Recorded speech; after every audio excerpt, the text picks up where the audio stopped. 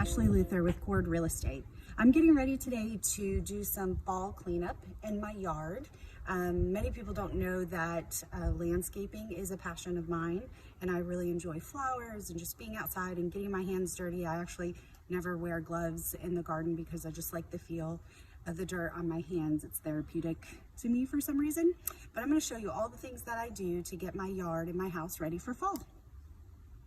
So one thing that people tend to do in the fall every year is trim back their bushes, because you get a lot of the new growth from the summer season, and it looks kind of scraggly, and it's my first inclination to want to trim them back as well. But the reality is, when you trim back a shrub or a bush, it actually spurs the plant to have more new growth and to grow when the plant should be going dormant.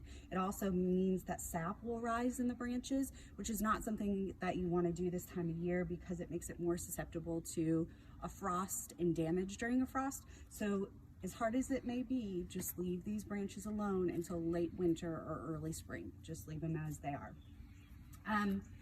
I also have these beautiful window boxes. I wish you guys could have seen them earlier in the year when they were at their peak and looking good. I plant them different every year, so a new design, but one staple that I always have in my window boxes is Coleus. And this year I really like the color of this fiery red Coleus. And so one thing that I'm going to do today, aside from just cleaning them out, getting them ready for fall, is I'm going to propagate this Coleus so that I can keep some of it for next year, and that way I don't have to buy more. So it's a simple process of just cutting back the stem and sticking it in a pot of dirt. You can also root it in water, but sometimes when you go from water to dirt, it kind of shocks the plant a little bit. So it will root very easily if you just want to take cuttings from your Coleus plants for next year. So I'm going to start by taking a couple of the best looking branches, snipping them back, pulling back the lower leaves because we just aren't going to need them. You want to make sure that you leave a good set of leaves. I don't know if you can see that, maybe 5 or 6 sets of leaves, and literally just stick them in a pot like that and take as many cuttings as you want, and put them in a warm place over the winter. So I'm just going to work on that for a few minutes here, getting all that I want from this plant.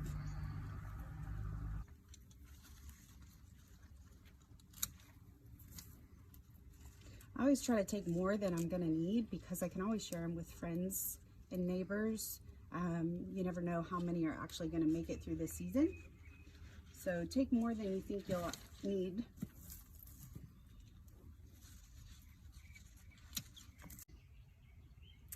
Okay, so now I've got my window boxes cleared out, with the exception of that ground cover that's there. That's actually a perennial. It comes back year over year, so I tend to just leave it there until I know what my next year's design is going to be. But I wanted to touch on hydrangeas. People often cut back their hydrangeas when the leaves fall off at the end of the year, but really it's important to know what type of hydrangea you have. Panicle varieties of hydrangea, they bloom on new wood, so you wouldn't have a problem cutting those back and having blooms the next year. But this variety of hydrangea actually blooms on old wood.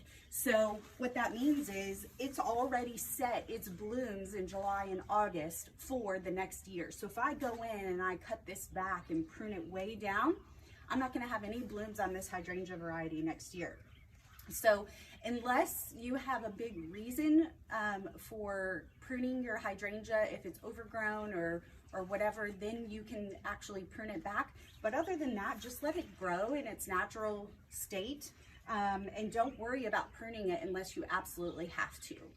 The next thing that I'm going to do is I'm actually going to take my big ferns, and I've had these for years and years and years. And I have 2 on either side of my front door, actually. I'm going to take these and I'm going to put them in the garage. They overwinter really well with very little water and very little light, and they get bigger and bigger every year. They're quite heavy, so I'll actually use a hand truck to get them in my garage. But I always save them, and it saves me a lot of money. Fall is a great time if you're considering adding new flower beds and new trees to your yard. Fall is the best time of year to do that. you want to plant them early enough in the year where you don't have to worry about a hard frost, so that they have time to take root, but not so early that it's still blazing hot outside and you have to constantly water them. So right now, mid-October is really the perfect time to be planting these. And we've prepared a new bed here where we're going to plant a few river birches and some Taylor junipers and lots of hydrangeas and roses and things like that. So we're getting ready to take off on this week. But I also wanted to share our butterfly garden with you. We put that in this year for my mother-in-law. And it really just kind of grew out of control. We've got Latana that started from 6 little plants. It's just amazing how huge it's gotten. And I try to leave them as late in the year as possible for pollinators and hummingbirds and butterflies and things. But it's time for them to come down, so I'm going to clean out the butterfly garden today.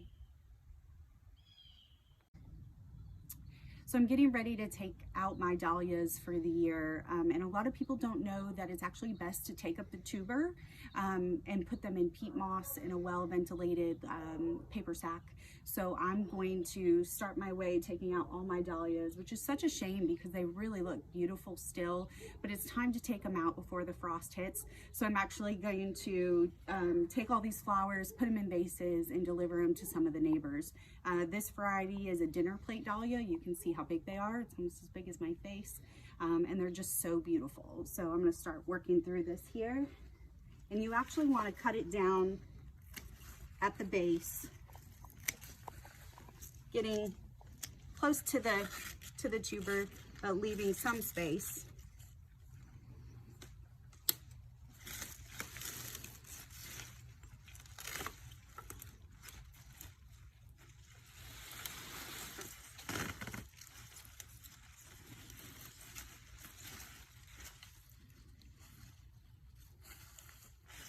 Get to the tuber here.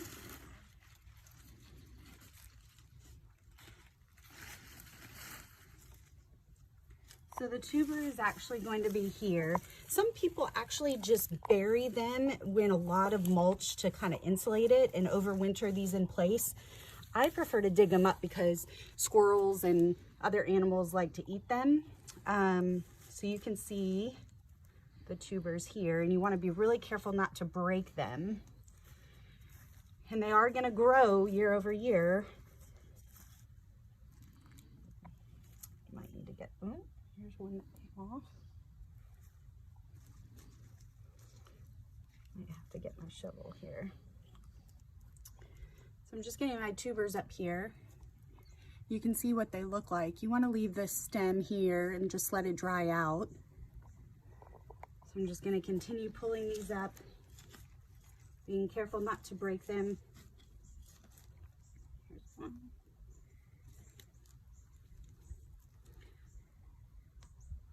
Wow, this one's grown way down. This is a brand new tuber that should form a new sprout next year. But this one has just grown massively this year. It's incredible how big it's gotten. Get all this excess clay because you really kind of want them to dry out, otherwise they'll mold and rot. So get them nice and clean. You can even rinse them down in the hose. Just be really careful not to break any apart. And you can see what that looks like. Over here now, under our pergola, this pergola is actually really special to Steve and I. He built it for us to get married under, and now I have this beautiful wisteria growing on it. And around it, I've planted some Latana, which just grew like crazy this year, as well as spilled wine and different varieties of peonies, or as some people say, peonies. As you can see, the peonies, some peonies will go to seed, some don't. So you can see the seed pods have opened and the seeds have dropped. So I'm actually just going to cut them right off at the base. Some people mow over them. Some people actually weed whack them down. I prefer to just cut them off at the base. And you really don't have to do anything more. They'll come up again next year and be even bigger and even more beautiful.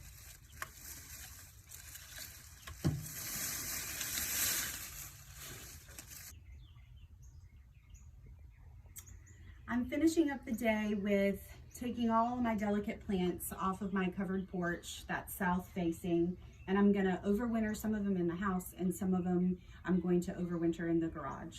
The herbs are actually gonna do better in the house. I have a south facing window that I'll just place this whole thing right in.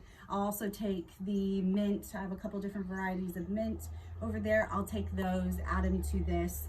It'll be kind of tight, but we'll put them all in here and in the house for winter. I also have an aloe plant that doesn't overwinter well in the garage. It needs to have more consistent temperatures, so I'm going to take that in the house as well. And then I have a couple varieties of citrus trees. This is actually a Meyer lemon, and it got hit with scale this year, so I've been working hard to perk it back up. I have a pineapple that I took just from a pineapple that I got at Publix, and I'm going to overwinter that in the house. But the Meyer lemon and the orange tree that I have here in the corner, I'm just going to use my hand truck. I'm going to take those right into the garage and overwinter them.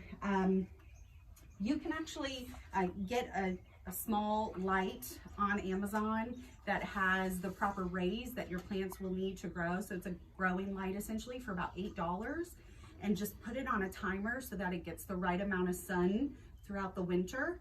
And I plug these in my garage and focus them down on my plants.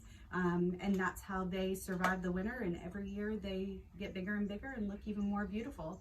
So I'm exhausted from doing all of this work today, so I think I'm going to take a nap on my porch and just relax for the rest of the day. Thanks for joining us.